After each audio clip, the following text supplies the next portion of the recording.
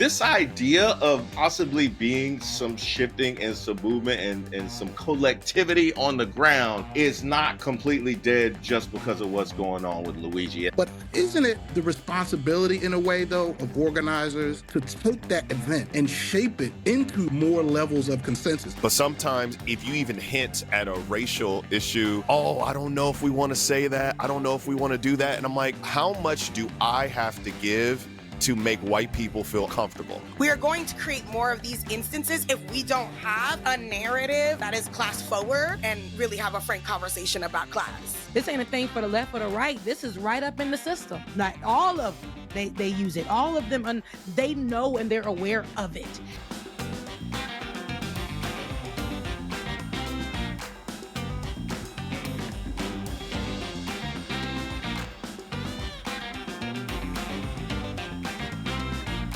This episode of Olay Friends is brought to you by Rocket Money because it's only right we start 2025 by getting to the bag. Rocket Money is the personal finance app that's always trying to save me from myself and currently trying to help me recover from making it rain over the holidays. Rocket Money not only helps you cancel subscriptions you've forgotten about, lower your bills that you know are too high, and manage your money better because if you're like me, you know you need the help. I love using Rocket Money because they themselves safely and securely identify the recurring charges and cancels unwanted subscriptions for you. This is great if you're like me and try to avoid looking at your transaction history because you don't want to see the error of your ways. You can even cancel from within the app with just a couple of taps. No need to worry about customer service calls. Rocket Money has helped save its customers up to $740 a year when you use all of the app's premium features, with over $500 million saved in canceled subscriptions. Go to rocketmoney.com/Illuminati or click the link in the description to get started for free and join the 5 million people using Rocket Money to save more and spend less. You can also unlock even more features with premium. So that's go to rocketmoney.com/Illuminati or click the link in the description. Now, enjoy Olay and Friends. Thank you, Rocket Money. Hello, beautiful Black people, and Happy New Year. Hey. Happy New Year. Hey, Happy New Year. This is my Happy first New Year. show of the year, too. So thanks Listen, for having me. Mine too. I haven't posted anything on my channel in like 3 weeks, which to me is like I've been gone for forever. So we have a lot of different things we could talk about, but because we were just talking about it, I think we should lead with that racist scene from a movie we all witnessed with Kamala Harris, where that was so crazy. Rebecca sent it to me and I was like, I'm not shocked that it happened. I'm shocked he let us see it happen. Like, it's supposed to be one of those things, a story she writes in her book, and then people say it didn't happen and they try to guess who it was. We weren't supposed to see him do it on camera. No. Well, see, the problem is he didn't make up his mind whether he wanted to stand on racism or he wanted to be low-key racism. Because the people defending it are like, no, because he got a cane and the Bible and this, that, and the other thing. But no, he chose stand on racism because he put the hand in the pocket. When he put the hand in the pocket, he conveyed to you, I'm standing on my racism. Don't try and defend this. I want you to know exactly what it is. I'm standing on full racism, and they need to own that. Right. And she acknowledges, she does the friendly, when we're being Black and polite, like she was like, oh, I don't bite. Like when you do the thing to confirm whether or not they're being racist, like let me go and be extra pleasant and see. Oh, word. Okay, all right. And that was how Black women have to adjust themselves. Listen, she has I kept saying this because we forget, she has one of the highest literal positions in leadership in the world. That's, forget that she's the first Black person to do this. But she has that, and they still treat her like, girl, you low class. Like, you not even, he wouldn't even. So the fact that she had to do 6 jobs, y'all, 6 jobs. This is her position. This is her job. What she's doing, y'all got to come to me so I can swear y'all in. And here she is doing 6 jobs to make them comfortable. And in her last days too. And they're sitting there, the woman comes up, all of it. Like you were saying, Reese, just walking up there, didn't want to give her eye contact, then decided to finally look her in her eye. And when he looked in her eye, he was standing on that racist business. He looked her in the eye. She's like, look, I don't buy it. You know how Black folks need to do it. And I hate that for us. And her being a Black woman at that, they don't even like women. So he, staring at her and then, having for her to have to make that a comfortable thing for them while making herself uncomfortable, but making them comfortable. And then he didn't give a damn. He didn't respond. He didn't say anything to her and took the Bible. And that lets me know, and wasn't nothing wrong with that other hand. Wasn't nothing wrong with it. He was gripping that cane, and nothing was wrong with that other hand. Took the Bible. And then when the Bible was no longer in his hand, he put that same hand that people are saying there was something wrong with him. He put that same hand in his pocket to let her know. And she had to stand there and then be embarrassed in front of the nation, in front of the world, on a world stage.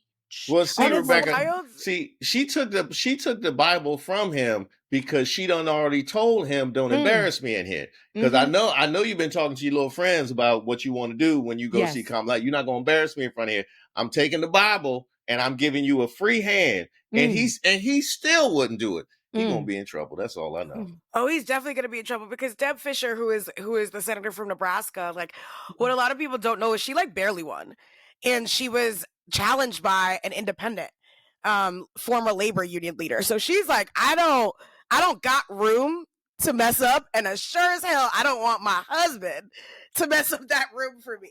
And so I think it's just like it's one of those things where it's like I feel like it's like I saw it was I feel like one, Kamala was like, well, here it is again, tried and true.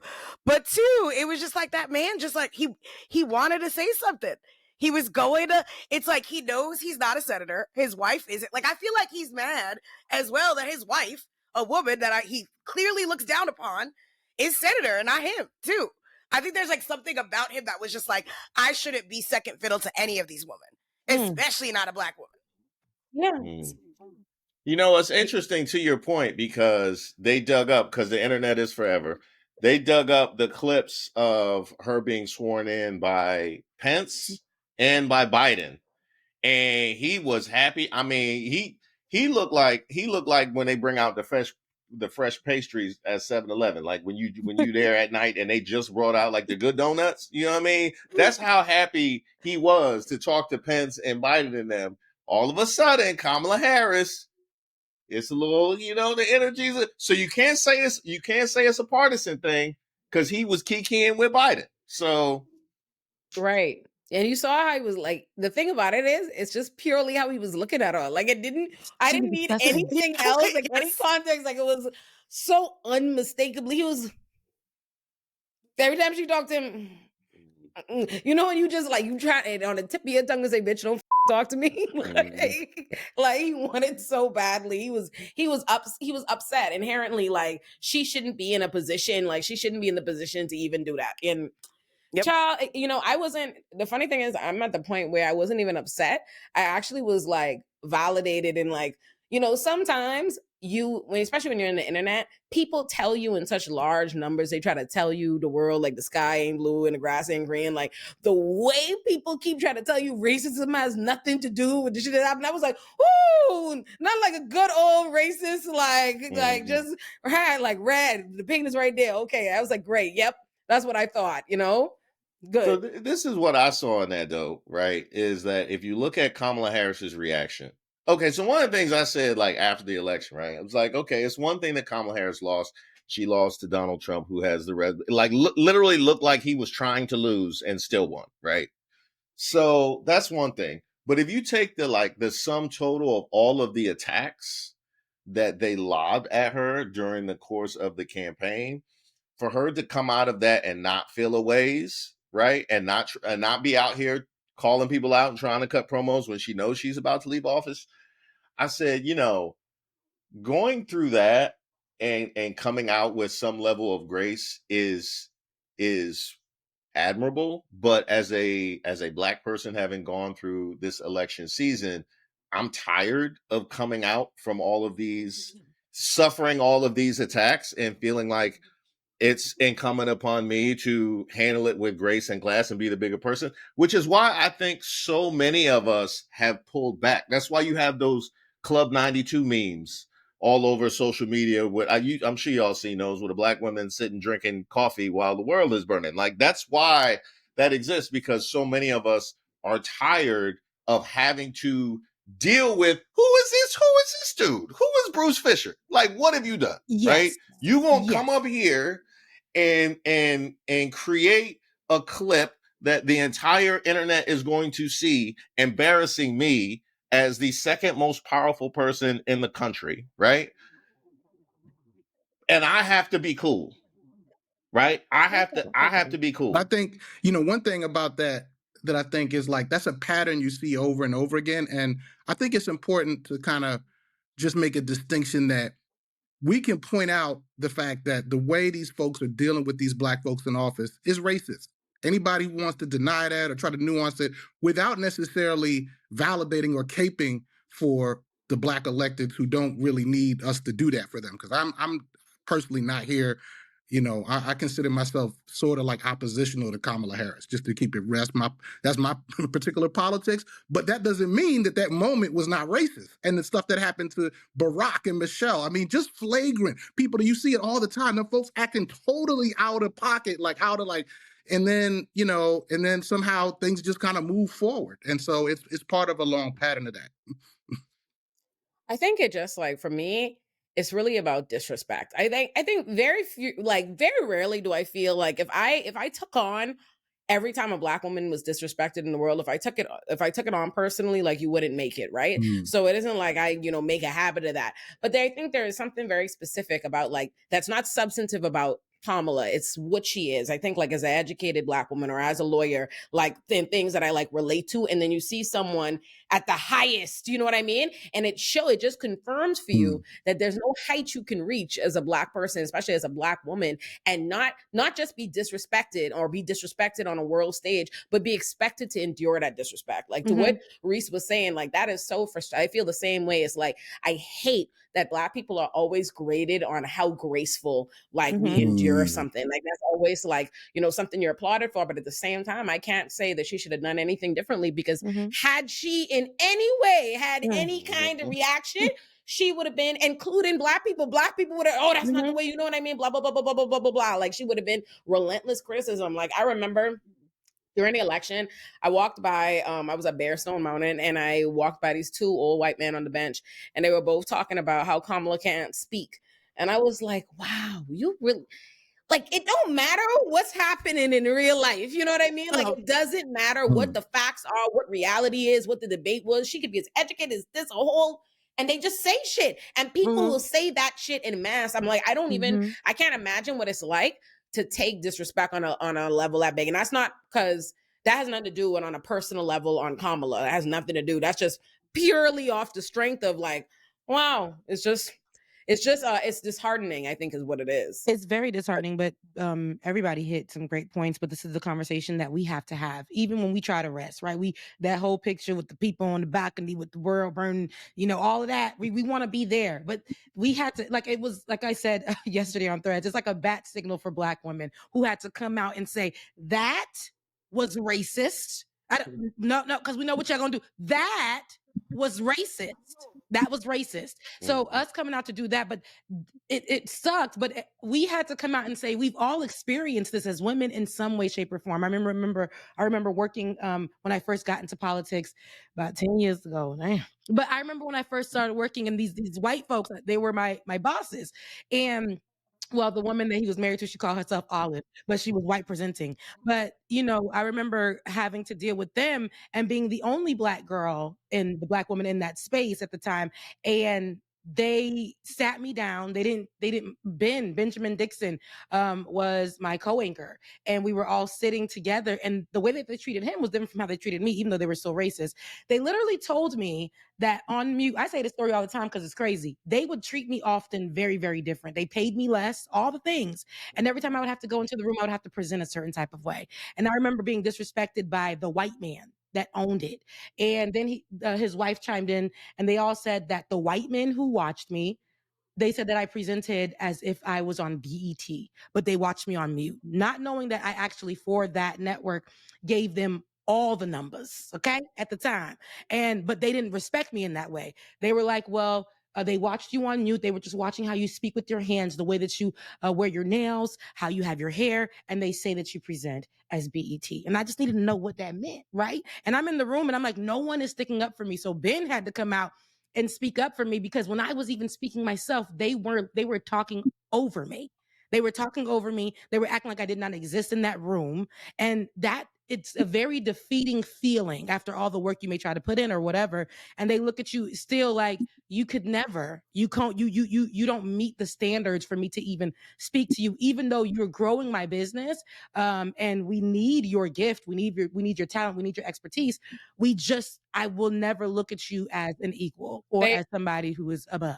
Black people are always treated like when we're good at something, they always find a new word for charismatic. Like they're like entertainer. I swear to you, like that's like if you're good at something as a Black person, when they explain why, it's always like the vibes. Like, you know what I mean? Like they always so eloquent. I'm telling you, it's a real thing. Like I remember, like, and even in law school, let alone in actual practice, like when I would beat like out and like way outperform like some white guys in a mock trial competition, the way the instructor or whatever lawyer or professor would go out of their way to try to like convince the white boys like they are special, like she's just really entertaining or dynamic, it's some kind of, you know what I mean, charismatic, like I'm whooping this on the law. Like, you know what I mean? But the words they come with are always about making it not about work, not about skill that you built and internalized, not about, you know what I'm saying? Like they just like, oh, like it's like you just woke up and can play your instrument like that. Like, come on, man. You know what I mean?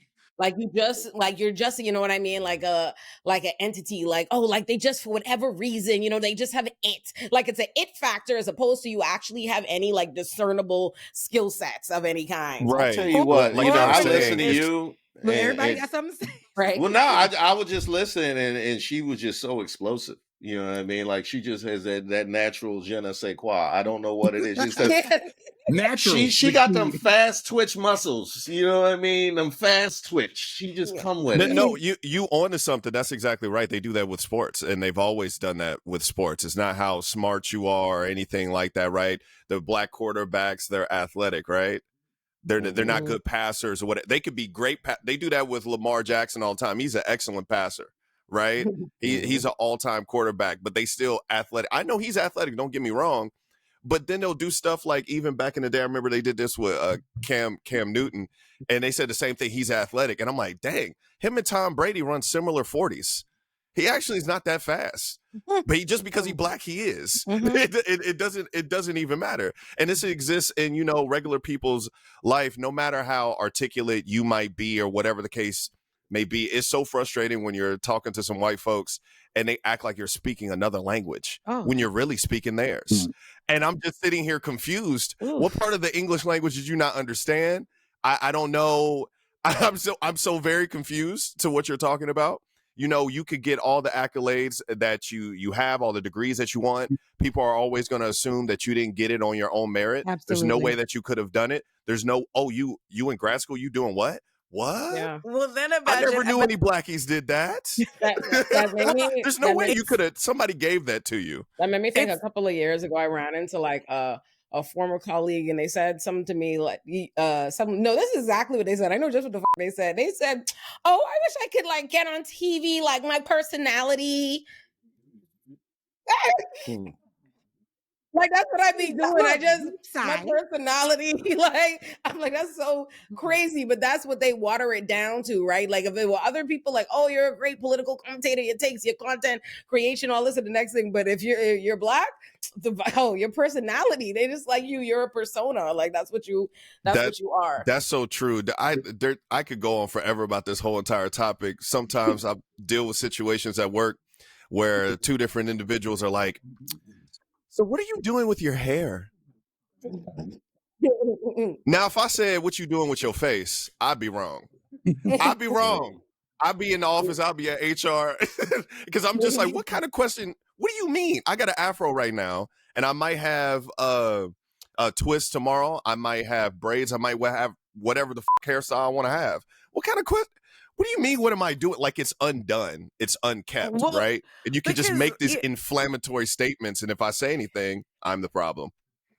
But it's also because like this reminds me of a lot of conversations I've had at different communities as well. But like one is that like we're not allowed to. We're supposed to be a monolith, right? Any identity, and we've seen this with the recent Vivek rant about my God, I mean, I can't wait to like talk about that because he literally said, I'm sorry, I have to divert for a second, but he said that the whole country watched Corey Matthews.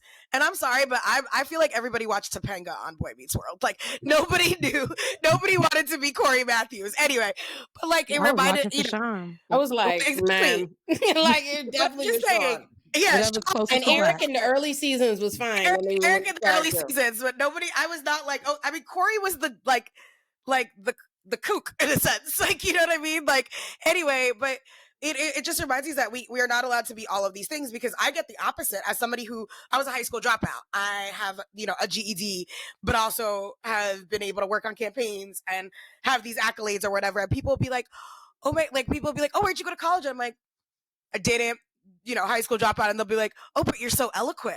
As it, right? It's like it's like the opposite of like, oh, you didn't work for this, so how did this come about? I don't understand you, right?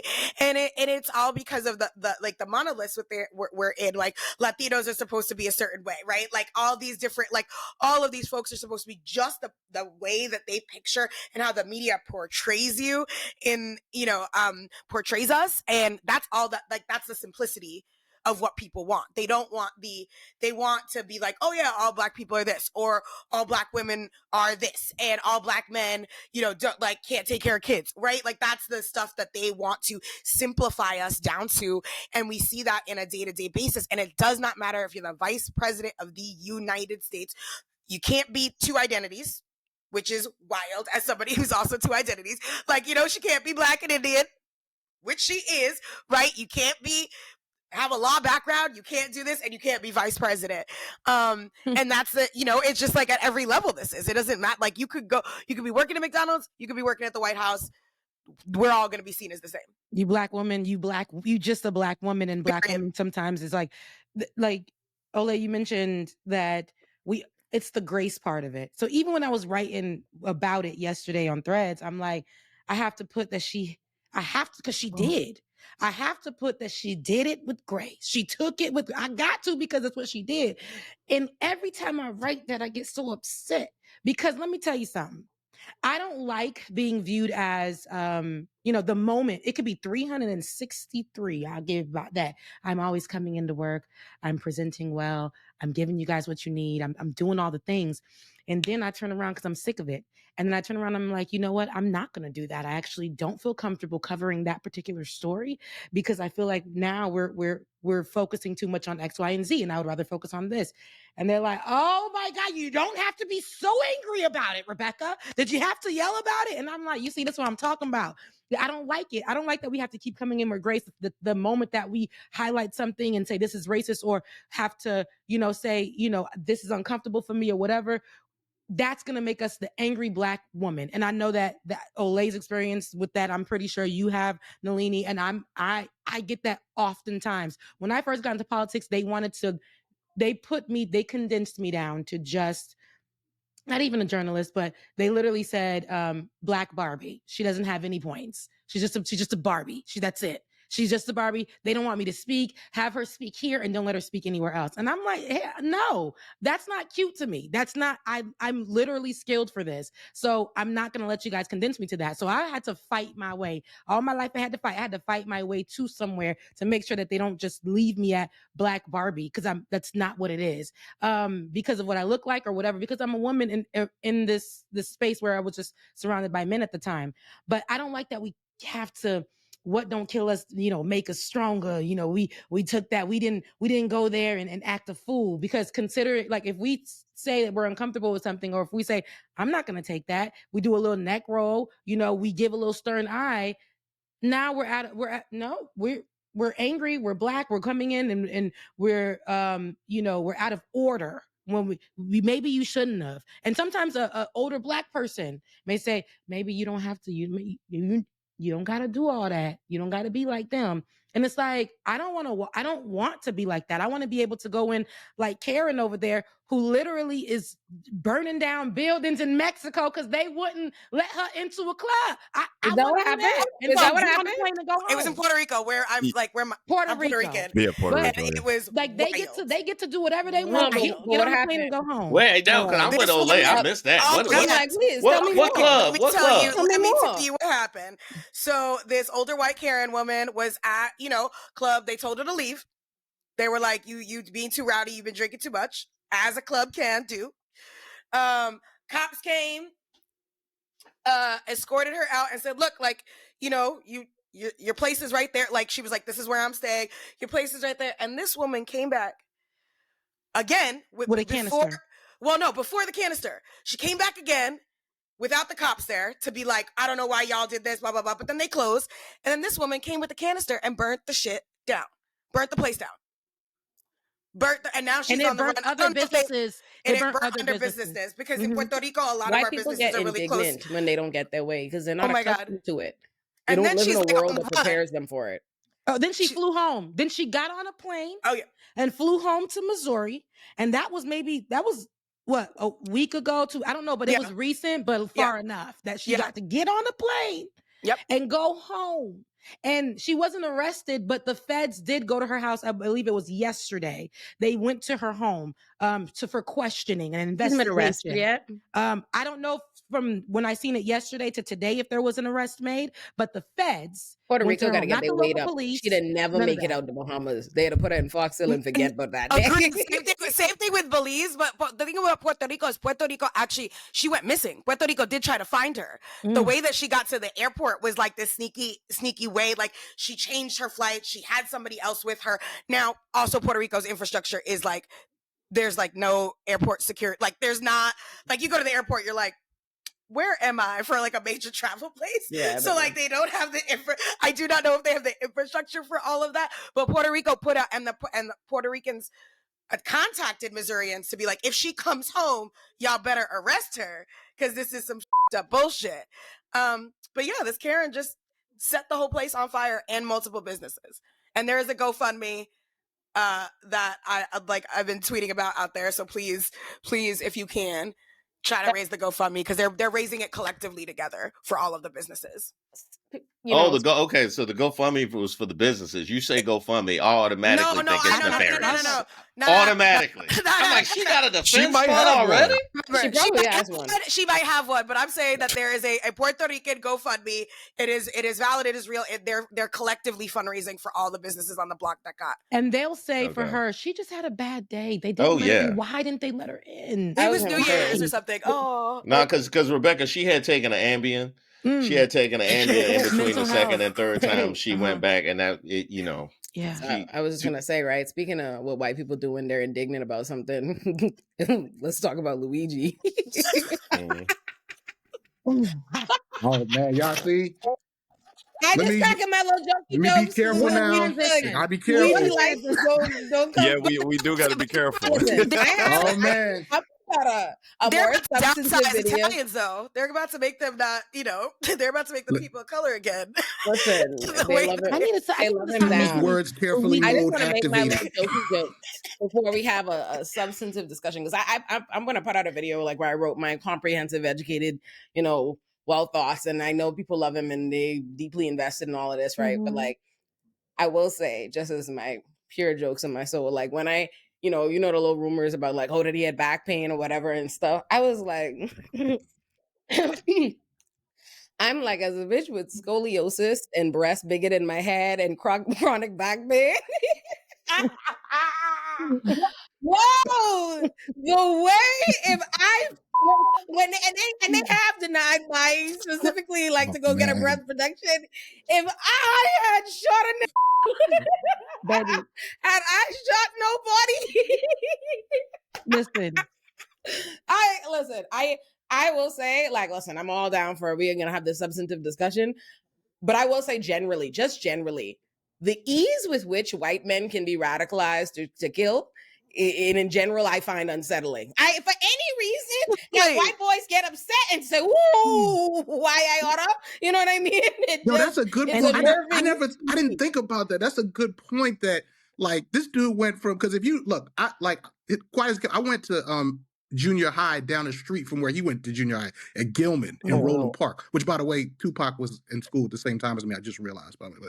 Long story short, that school is, like, it's like if you go there, you're on a path to become a conservative white dude, and you're like, out of nowhere, this dude goes from like, I'm not saying out of nowhere, but you go from like on the path, everything's happened to like, I get offended, like to connect the dots between that white entitlement, you know what I mean? That's crazy. And that's like deep on my, it's like, listen, I understand the short version is I fully understand why people are not sympathetic to the CEO. Got that. That makes all the sense. Like everybody, most people in this country do have a terrible relationship with the health insurance industry. So obviously people are going to get that. They understand why, they're incensed about that. I get it. I fully get it. And I also get that, like, people feeling like, certain kind of radical actions inspiring people. And that's, you're free to feel that too. So when we move back past that, I'm like, this general level of like, people are talking like he is experiencing an unprecedented treatment in the legal system. And that's nuts. They're like, I'm like, that's not true. Like, especially in New York City. Like, I know for a fact how New York City's criminal system operates. And I'm like, listen, how do I even put this? It's like, oh my gosh.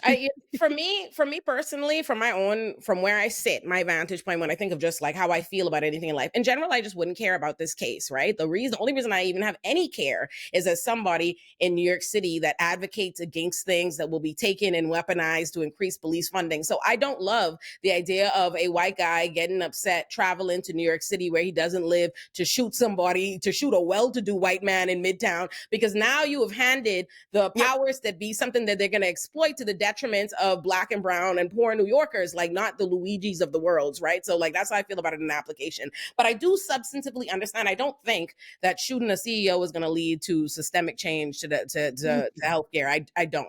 I don't think shooting a single CEO. Now, that being said, I do understand a level of like inspiration and inspiring a generation and different people, and people now wanting to like fight against like what's happening with healthcare and explaining those and pushing that to the forefront and all of that. But just the general kind of like lionization like that's happening and this like celebration of him, I'm like, I'm not personally feeling it, but I don't want to like yuck anybody's yum. I don't care. You know what I mean? I don't think it's harmful if people are very excited about Luigi. Yeah. I just think those are my thoughts, and I just disagree with this general notion that people are using it to say it's like proof of class solidarity, because I'm just like, no. That's the point. Are we actually having class solidarity, or is this just something that's happening? Because that's something I've been seeing on social media for sure. There's a lot of people talking about it. Okay, so you guys want to pass universal health care? I don't know that they do. That's exactly what I'm getting at. Like, what are we going to do to be able to coalesce and, create some sort of unity, some sort of coalition and stuff like that to get these things done? What can we do as well to potentially shape a particular narrative and create some sort of collective that can get something potentially done? I'm not convinced. Like, I hear people say this, they're full of contradiction to the point where I don't know. So I would say that, like, if it was on its own, I would agree with you. But we have been living in a period of time since 2020 where there was the Great Resignation. There have been the mass strikes. There is a level of class consciousness and class solidarity that we are seeing more, that we haven't seen since the likes of Occupy Wall Street. And that is a fact. Like, we have it.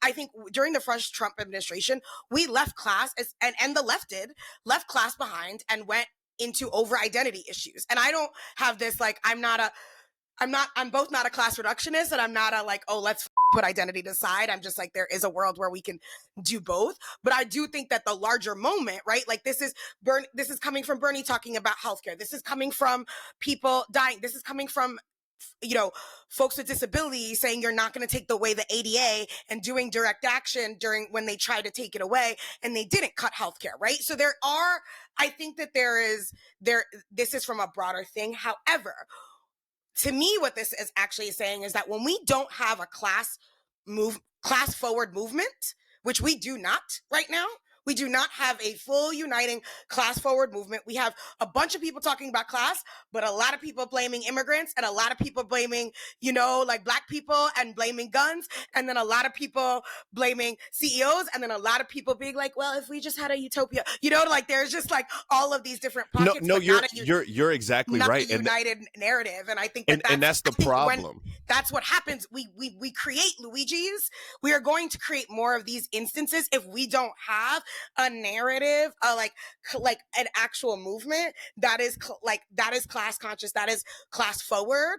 And it's just like, it is on organizations, it's on organizers like me, but it's also on like our people to get it together and really have a frank conversation about class. I 100% agree with that, because the same people, let's say I agree hypothetically, FBI agent, whoever is listening, that I agree with what Luigi did and stuff like that. There are other people who agree on the same thing, and they might turn around and kill some migrants. The same. Listen, exactly. You see what I'm saying? Like, we're not on the same page. To the point that when you said about like creating more Luigis, right? If you take Luigi, like what the reason for out of it, like what we're saying is the reason. White boys get incensed in America and shoot up the place or decide to kill somebody often. We see manifestos and blah, blah, blah, just for different reasons. The difference here is that people agree with the reason that's put forth, but we see this often, right? Like, and so to me, that speaks to a different issue. What I was saying to my original, I generally still find that unnerving. And for me, I agree that there is a greater class consciousness. And I talk about this. I think there are a lot of people who would support Luigi and be behind it, even if he wasn't, what they are perceiving as a very handsome white guy, right? Like if that wasn't the case, because there was a lot of support for him even before people knew the identity of the killer, although they did know he appeared to be white. For me, I think oftentimes there are these moments in not American history, because my American life, right? Like my life here, like that happens when people appear to be in lock and step, but they are not truly. And then in a couple of years, when they don't get on board to what Jay Sean was saying, do you support universal healthcare? Do you support these things? People act like something happened, like there was a fracture disconnect between the moment we all agreed and this thing not happening, but we don't all agree. And that's what I for me, it's like the same thing with like in 2020, people perceive like, oh, everybody's on board with like the police and defund the police and systemic change. They're not. They're against this horrific video they're seeing of what happened to George Floyd. They're against this particular thing, but they're not in agreement overall with the system. It doesn't represent the solidarity you think it does. And that's to me with Luigi. Because if Luigi had the identity of somebody, if Luigi were one of us, if Luigi was, the media would not even have reported to us what his alleged motivations were. They wouldn't even have given him the opportunity to be in the minds and hearts of the people.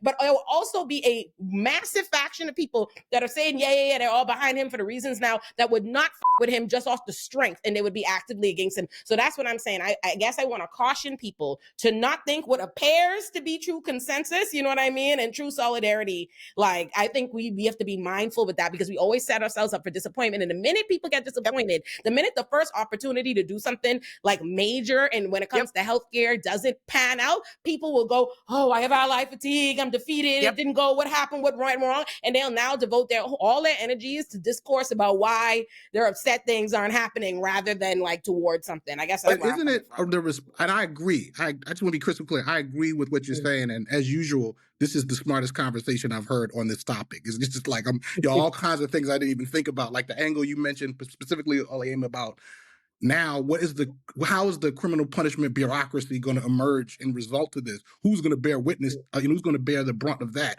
All those things. But isn't it the responsibility, in a way, though, of organizers and people who have a more radical analysis to take that event and shape it into actual more levels of consensus? In other words, like, we can indict the public for not already being there, but historically, when consciousness is shifting, often it's because something happened to someone that somebody can identify with, right? In the case of, for example, in the cases of Black people with police, it's often, sadly, it was at first the respectable Black people that got, when something happened to them, you know what I'm saying? People who were like unarmed, etc. People could rally around that, not other folks.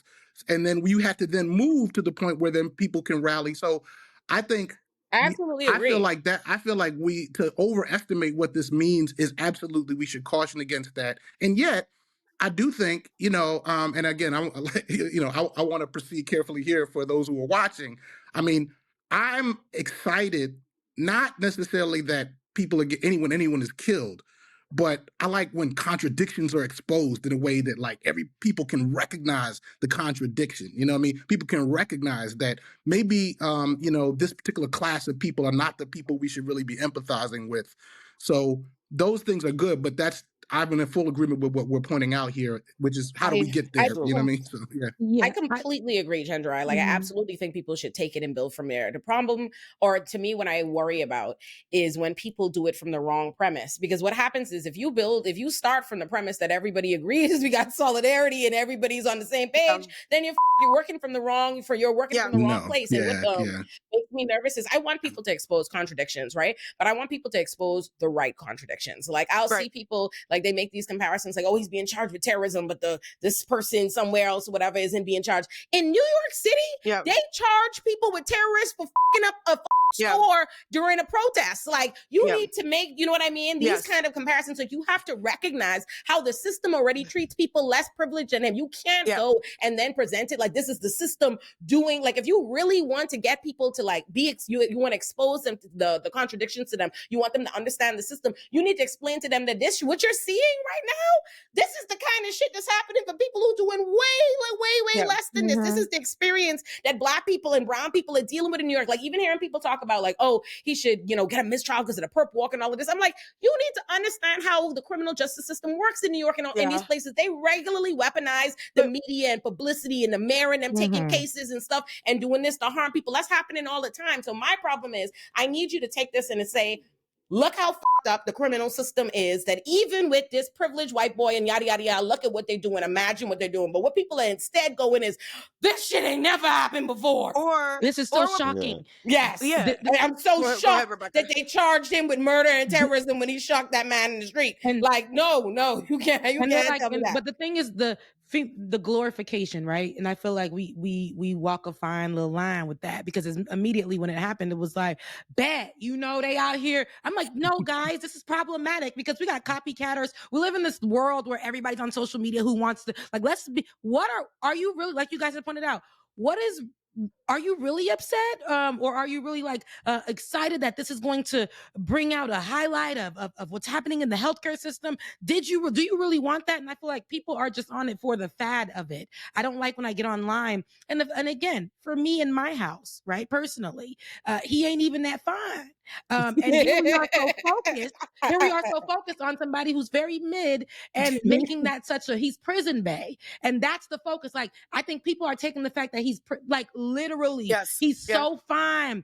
Make him, Luigi for president. He's people's avies now. They're focusing on this sensationalism, the sensationalism of him. And I don't like it. I'm like, there is an actual issue at hand. We got to talk about something here. Even people with large platforms. I'm like, not you, sis. You posting up how fine he is and how you want to see him in prison clothes when we know we need to talk about the criminal justice system and what they gonna do to this white man and what that would look like if it was a Black man. We have enough, like, why are we, there's so many different things that we can talk about in this. And y'all just on here with your 2 million followers, just going with the fad to get the numbers because he's allegedly fine.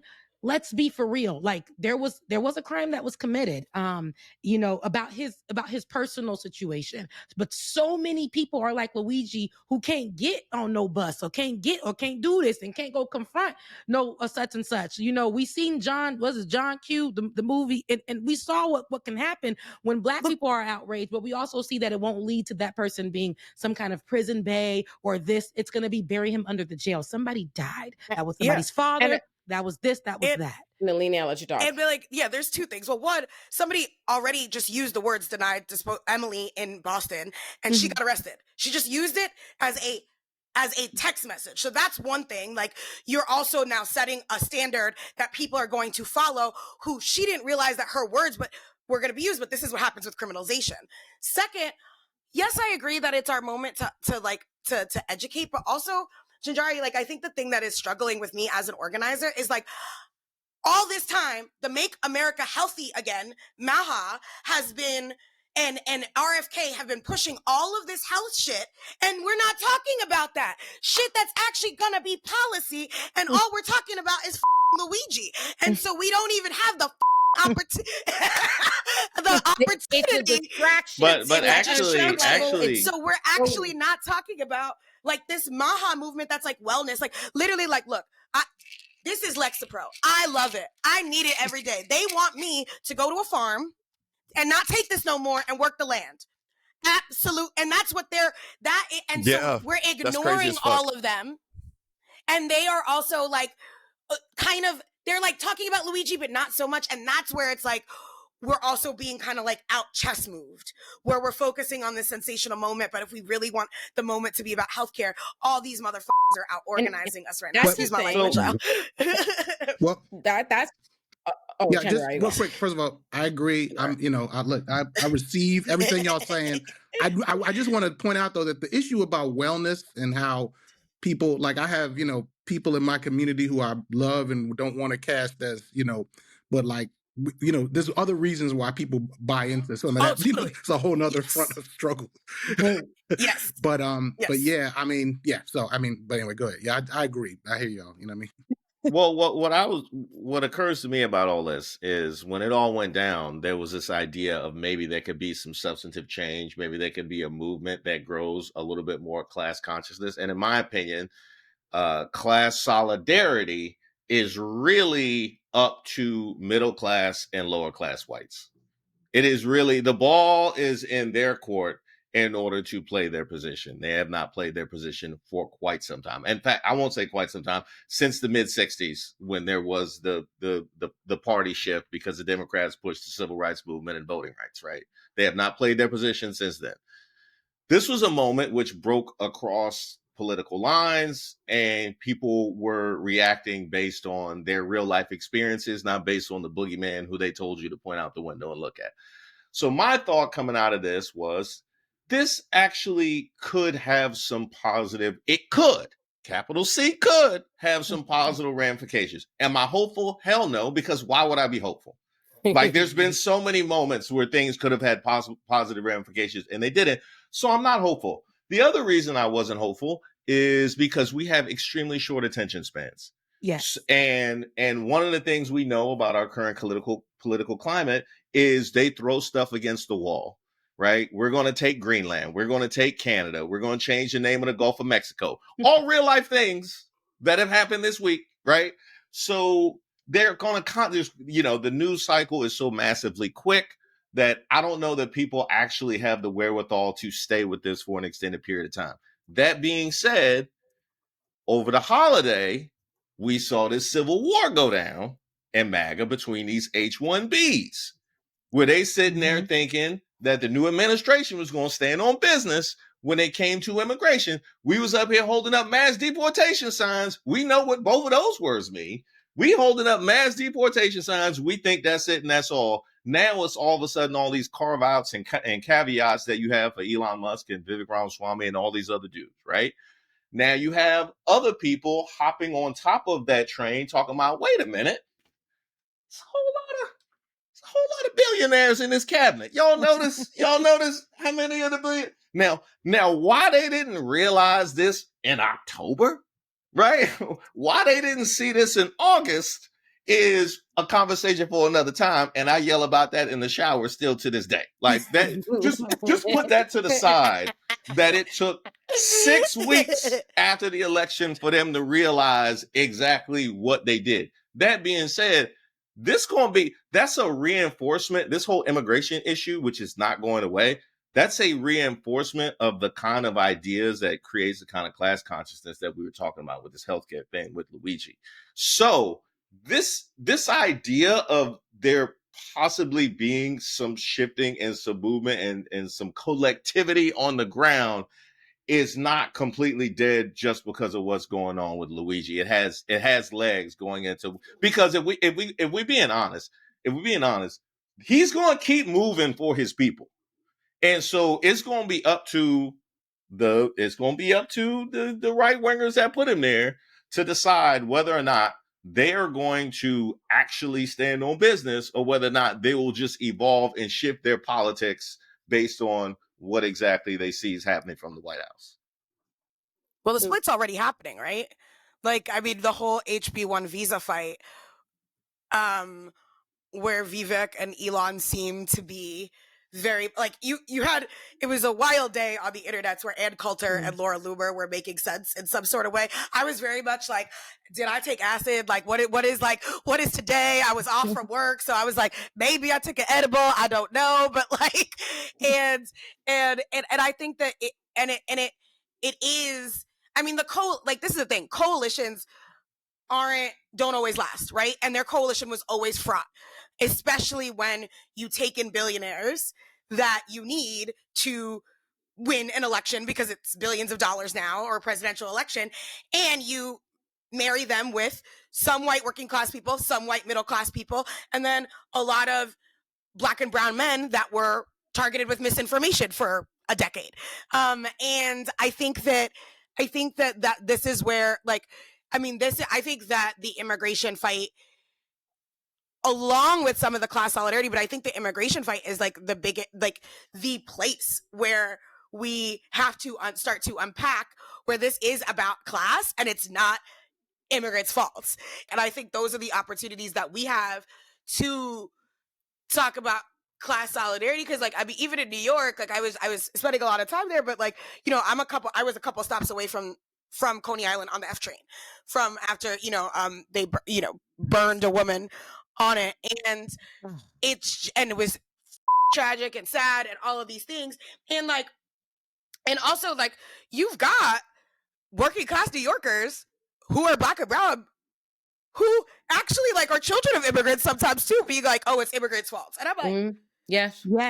I mean, you have my cousins. The anti-immigrant, like, it is a myth. Like, I'm saying this as someone who lives in this country as an immigrant with immigrant status. At this point in time, it is a myth for you to think the progressives and everybody on the left, like, they're on the side of immigrants, because they don't be. I'm telling you, I see it. Like, just finding all these nuanced ways and blah, blah, blah to be anti-immigrant. I'm telling you this right fucking now. There are very few on the sides of the immigrants. And it's crazy because I feel like that's taught to them, wherever they are, and it's a class issue too. First it goes from, how brown, Black you are. We know that we see that within the system with our people want to say, Joe Biden was the best pick. I was one person who sat there and talked about how he handled the whole situation with Title 41, Title 42, whatever, with how he did it, made sure he did away with it when it came for Haitian immigrants who were underneath that bridge. But then when it came to Ukrainians, he made sure that they walked the red carpet and utilized that for them to come and have places to stay. So we understand, we've seen this systemically. We know that this ain't a thing for the left or the right. This is right up in the system. Like, all of them, they use it. All of them, they know and they're aware of it. And I think that online, I see when it comes to content creators, people who are commentators, when it comes to politics or anything, you will see people sit back as if they're on the right side of it, but then on their tweets or their comments or whatever, I remember pointing this out where it's somebody who has a lot of followers. I got a problem with this because they be like, they'll have on their page that they're in solidarity with everyone, right? The diaspora, all this.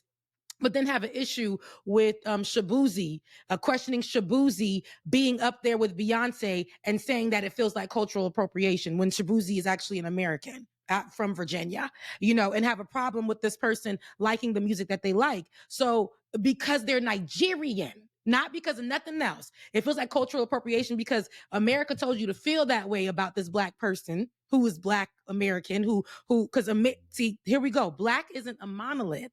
It ain't. Everybody got different stories. We raised different ways, all kinds. I'm Haitian. I'm Haitian. I speak Creole. I love being Haitian. People got a problem with that, but they think that, well, are you not American? I was born here. Many comments will say for me to go back to my country or whatever the case may be. But I see these conversations getting more and more heat like the heat is rising. And I feel like because the way that Donald Trump has opened these doors, and I just want to add this, and I'll just sit it right there because I'm all over the place with it. But even with the whole threat of taking away fact checking and things like that, which they ain't been doing a good job at anyway, but taking it away, we know the first people that are going to be attacked are the marginalized groups, and immigrants are high up in there. They've already been attacked in these spaces already, and they're going to be high up in there. We seen when they allowed JD Vance, who we haven't seen, by the way, we seen when they allowed him, a whole state senator, to lie on Haitians, to lie on Haitian migrants and what that looked like online, and to continue to spew out lies and misinformation. And of course, they were the ones that were attacked first, Haitians. And so I know in this space, we're not going to see if it was like white people getting attacked. We know that they would make sure they delete videos, attack people, close your account, all kinds of stuff. But the way that the diaspora wars, how I seen people give it up recently for the Black migrants and or immigrants and all that, and the conversation and people that swear up and down that they are for us, baby, it's really given the same rhetoric that Donald Trump gives, and it's being but from stoked people by who look white like supremacists. Like, to be like, they have some statistics on it. Like, there's some studies. Like, white people and these like active like white supremacists, these same kind of think tank peoples are buying up these bots, and they're putting out all these bots to stoke that. Like, they're pretending to be Black online to stoke that. So what happens is they are flooding, and people bite on this red click button. You know what I mean? And after years and years now of flooding that, and these appearing to be Black accounts, you see those kind of views take hold and they become more popular. But there is a significant amount of white people behind those accounts, like actively trying to turn us against one another. See how many times they get caught. Politicians, famous people online accidentally go into their burner Black person account and they get caught, and then they pretend like, oh no, it was something else. Like, come on, bro. But one of the reasons why that stuff catches on, and this is kind of speaks to an issue I see, is that unfortunately the currency online, and I'll own that I'm complicit in it as an online person. I'm not talking about anybody else. Is the currency online is about calling people out where they are now, indicting people, pointing out hypocrisy. This is what folks do online and build clout. And that becomes the way you start to think.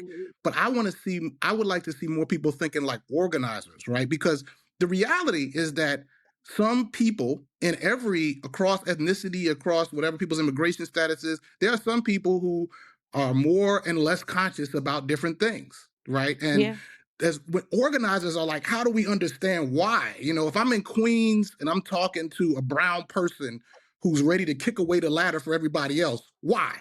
The key question is not to indict them, put them in a position, call them out, build clout, but say, why? What are we not addressing? How can we be in community with you? Because that's what our opponents are doing. They're pulling people in. They're pulling more and more different kinds of folks in. And so unfortunately, it's not that I don't think accountability is important, but as an organizer, for me, I always want to go to the curiosity of the curiosity. Like, you should become curious.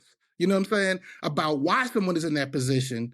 What do we need to learn? You know what I'm saying? I mean, I hope that doesn't sound corny. No, but actually, I just feel like that has to be, how we have to think. You know what I mean? To your point, No, you're right. I feel like that what you highlighted is one of the differences when you talk about the currency online versus what you would want to see.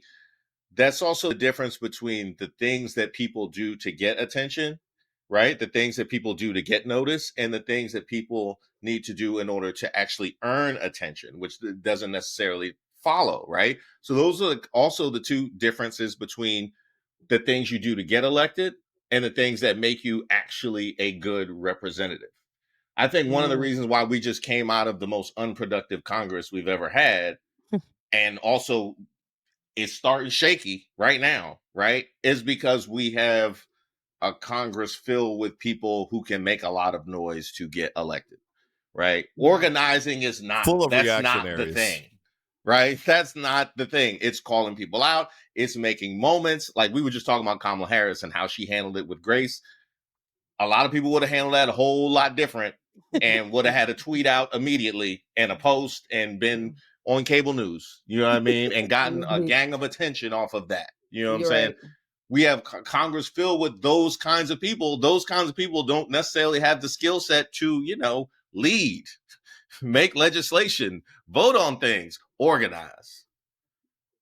Yeah, and as like me personally, I'm like a union organizer.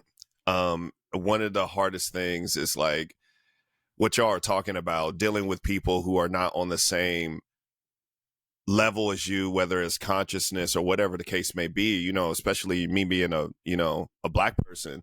And I'm surrounded by people in the organizing that I do that are not Black, and they don't understand the Black issues or anything like that. And if I remotely say anything that affects Black people or anything like that, it might be a problem, right? Just bringing up, like, we could talk about class solidarity. We can have class solidarity, class analysis, all these different things. I'm all for it. But sometimes if you even hint at a racial issue or some other issue, oh, I don't know if we want to say that. I don't know if we want to do that. And I'm like, I hear what you're saying, but at the same time, why is it? The other question is, how much do I have to give to make white people feel comfortable? Yeah. How much do I have to get? I'm giving a lot. I am giving a lot, and it some it's relaxer. painful. You put It's some difficult. relaxer in there. They probably feel you put some relax that curl down. And that's what I mean. It's just like, okay, they have in their head, a lot of them, it's just like they already think they do sacrificing, or it makes them feel comfortable to hear these certain things or whatever. And I'm holding a lot in to be able to be in solidarity with you, and I want to get this thing done. So how are we going to do this? How much do we have to give to be able to get shit done? Also, the shit on the internet, whether it's about Beyonce or whatever, what the fuck are we talking about? Fuck all of this. What are we doing to get shit done? I'm tired. I get so exhausted with this shit. Some of it's jokes, some of it's whatever. But what the fuck are we doing to get shit done? What are we talking about? That's the thing for what Reese was saying earlier about you honestly waiting on these white middle class and working class people or whatever to decide. Because the thing, and this is the thing why I like class solidarity conversations always get me like, because I think the rest of us live in a world where we have to deal with discomfort. It's never a perfect environment. It's never a perfect anything. We recognize it's the reason why we're not waiting on the rest of us, because we recognize already that we have to get in where we fit in and figure out what we could do in order to get ahead. We already recognize that. But white people need a perfect environment tailored to their needs, where they are upfront, where they define how it is, that they're centered X, Y, Z. Mm-hmm. And so it's hard for me to ever really agree when things happen that people decide, oh, there really is class solidarity here because we all appear to agree. And I was like, yeah, well, the rest of us already had certain sense and beliefs, and white people are on board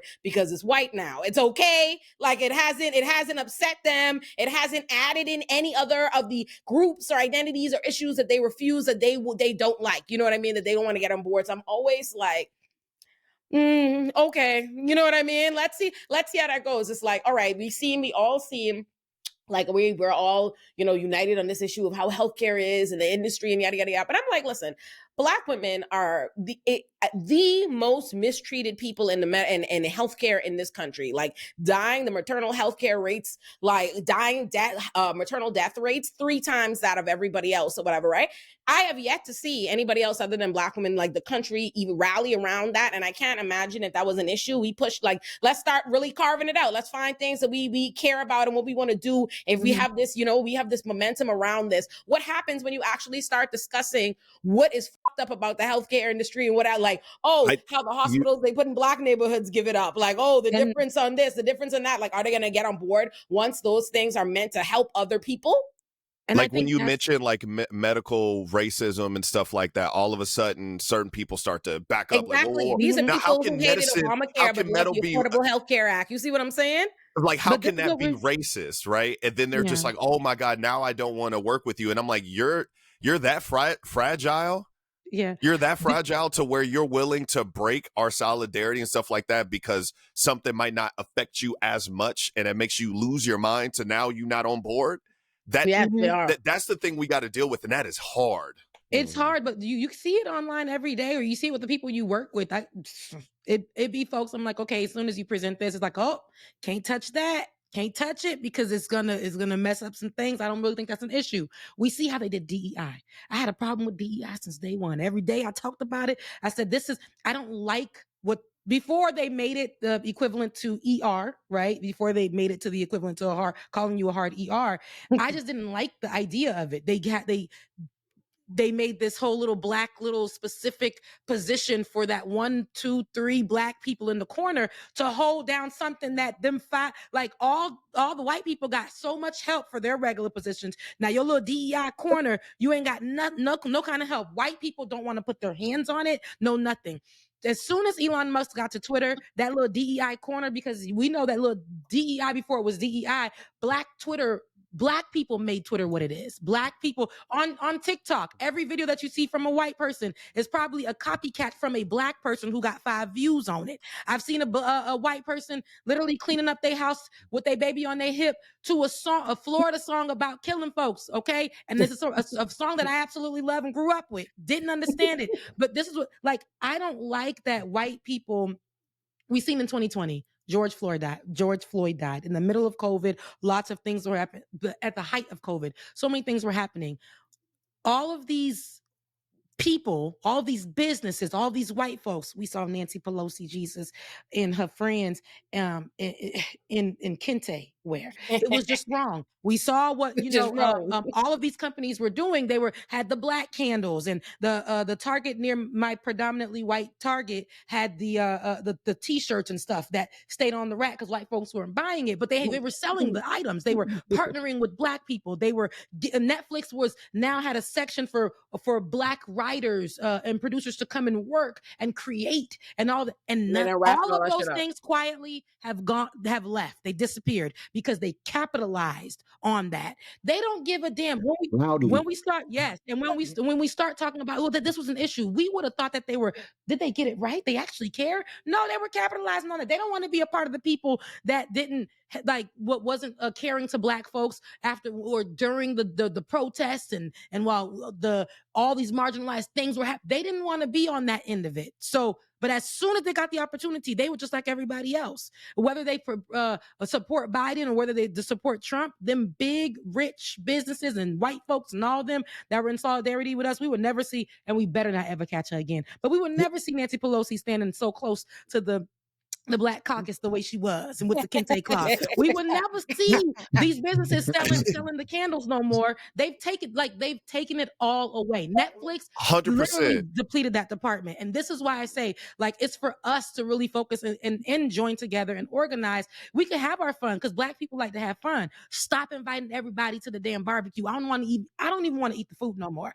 We need to organize with each other and really, really get down to the core of our issues, because nobody's talking about the black, the black maternity rate for black women. They're not talking about that. They're not talking about how for men's mental health issues. They don't give a damn about that, but we do. So if we organize together, we can do it. But it's really hard for us in this space right now because of what's popular. If I talk about that online, will my audience deplete, or will I not get any sponsors or this and that? We got to be real careful. Or do people really care? Then we start to see, when we start wanting to organize and be serious about it, because we are, because we're either dealing with it in reality or we know somebody that's dealing with it.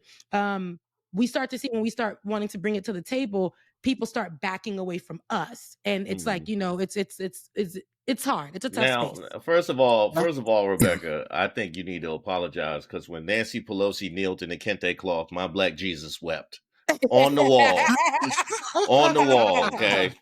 That's number one.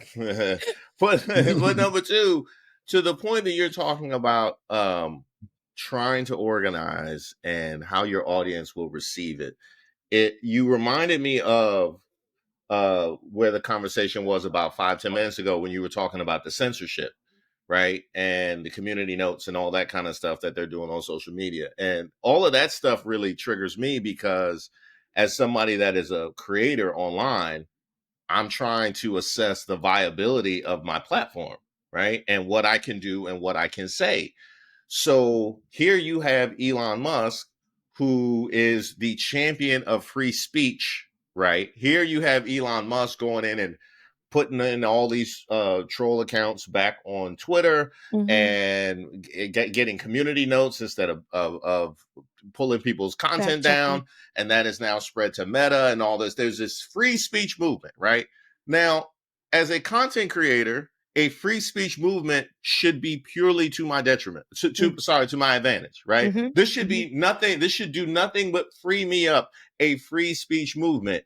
Yet at the same time, I'm watching ABC settle this suit with Trump because they don't want beef with him. I'm watching Elon Musk threaten to purchase MSNBC and have Joe and Mika go and apologize.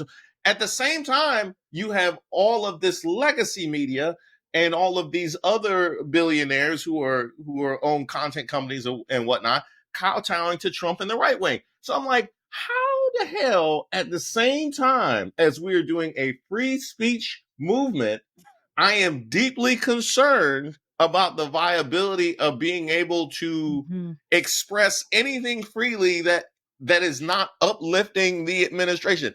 Like, the contradiction is just so blatant and out front. Like, they're not even hiding it. And it always has been, and people don't care. Elon always has been. I wrote an article about this, and I knew what the play was the day Elon Musk decided he wanted Twitter. Like, this was the plan. The plan was to suppress these kind of movements and momentum around news and issues. And that's exactly what he did. He just came out with it. You know what I mean? Once, like, it was close to election time, he made it, like, extra transparent. But everybody was saying it. Everybody saw it. They made their intentions very, very clear. They buying up. They want all the. It's not by accident or coincidence that every major platform seems to be owned by some billionaire with very, very specific political intentions and leanings. Like, everything. Like, someone said it today. Like you really have to laugh at it. Every like 7 business days is basically everyone like fleeing to a new platform that's owned by a different ridiculous billionaire.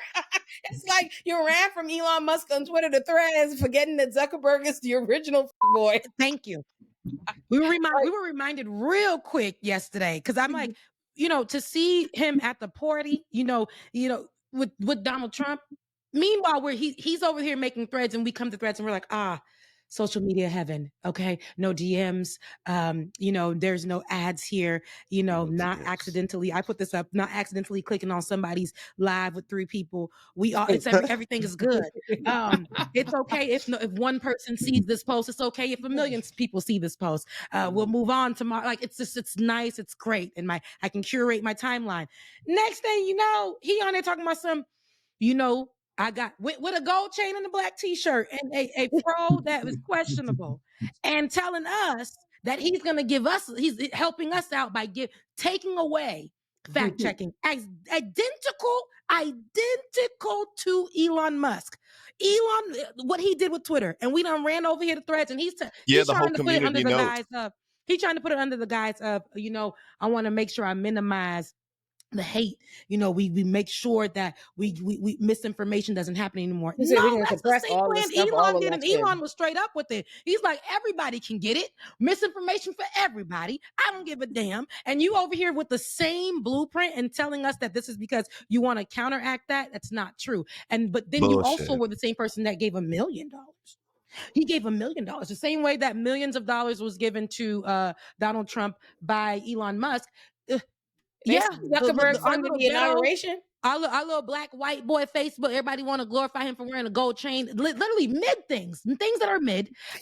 He's giving $1 million to Donald Trump for his inauguration. And so these people are the same people. Donald Trump sat up there yesterday when he was questioned and said, well, they literally asked him, do you think it was your pressure for him to remove the fact checking that made him change it? Do you think that's what it was? Donald Trump said, yeah, I'm pretty sure it was. I'm pretty sure. Yeah, it was. It was me. It was me. I just saw that video too. I'm just sitting here like, this is some evil shit. I'm witnessing some evil shit. I knew it would come, but this is just more blatant than I thought it would be. I want you to know. My friend called me yesterday and said, Donald Trump trying to change the Gulf of Mexico to the Gulf of America. Gulf of America. Yeah, I saw that. I saw that. Let me tell you something. If there's one thing Donald Trump does well, is distract the media and the public with stupid shit. So he could be doing all day, every day. All kind of insidious, fucked up shit just happening on the open, but he got us like focused on some foolishness. It really, but The great start to the new year. One thing I just want to say is this also connects, like, anytime these folks talk about free speech, and this is going back a long time, let's just say what it is. When they say free speech, that's actually white supremacist, capitalist, Zionist, cancel I want culture. to say whatever nasty thing. I should be able to say whatever fucked up thing to you without check. I also you'll be demonetized. You won't have a page. I just want to say, just keep in mind, like today I just learned they banned a whole bunch of students at NYU. They suspended them for a year for a protest in the library where they were essentially like reading poems.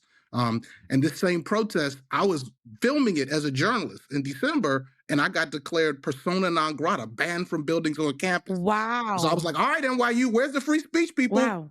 I'm a professor in these are students in a library reading poems. Nope, and some people did, some people stepped up, but it was like not really. And so none of the free speech people stepped up.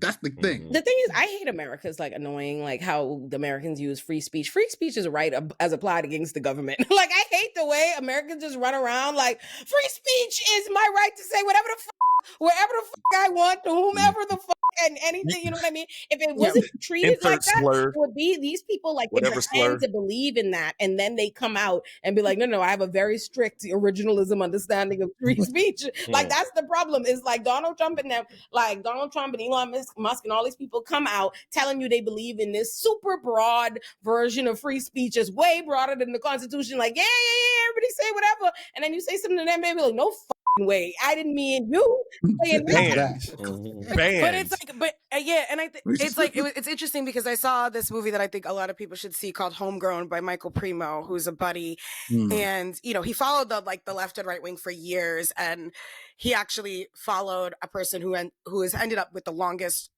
January 6th sentence, and it was wild because he was in this documentary, he was like talking about free speech, and he was like, look, well, other people get to do it, like why can't I? Like I think that we are at such a time that we don't have any consistencies for anything all across the board. We don't have any consistencies of standard because the reality is that it's always been whatever works for people in power. Right. So when it works or corporations and capital, right. So when it works for capital to be diverse, they just decide to be diverse. When capital wants to say they're green, like Walmart greenwashing shit, right. And then they're like green for a second and then it's out, right. It's everything is so it is movable because of capital, and capital is adaptable, and because of because we don't have the same standards across the board. And I think that the free speech on the online stuff, I feel like all of this is going to be a backlash, honestly, for the corporations themselves. I think that they're not going to survive in the same way. If they aren't because people are just going to dox folks on Facebook.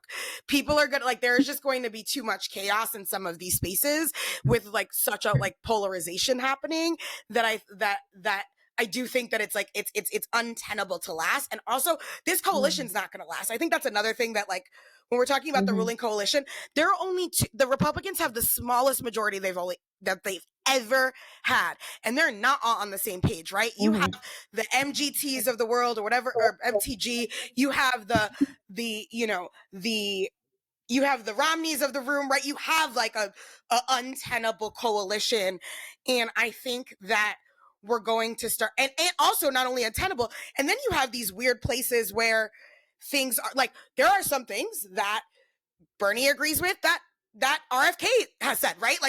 So I think that there's some things that Bernie has said that I don't agree with. Hello, getting on my nerves recently. Period.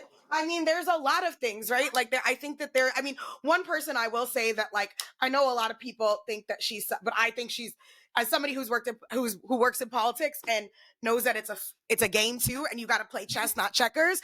I do have to say that I have been more impressed with AOC than I ever have been before, because I do actually think she is understanding that she needs to play ball with the people who are in power, or she's not going to make any impact, which I think a lot of leftists and online folks don't understand. They want everything to be pure and nice little package for utopia. And I think she's also still true to the community.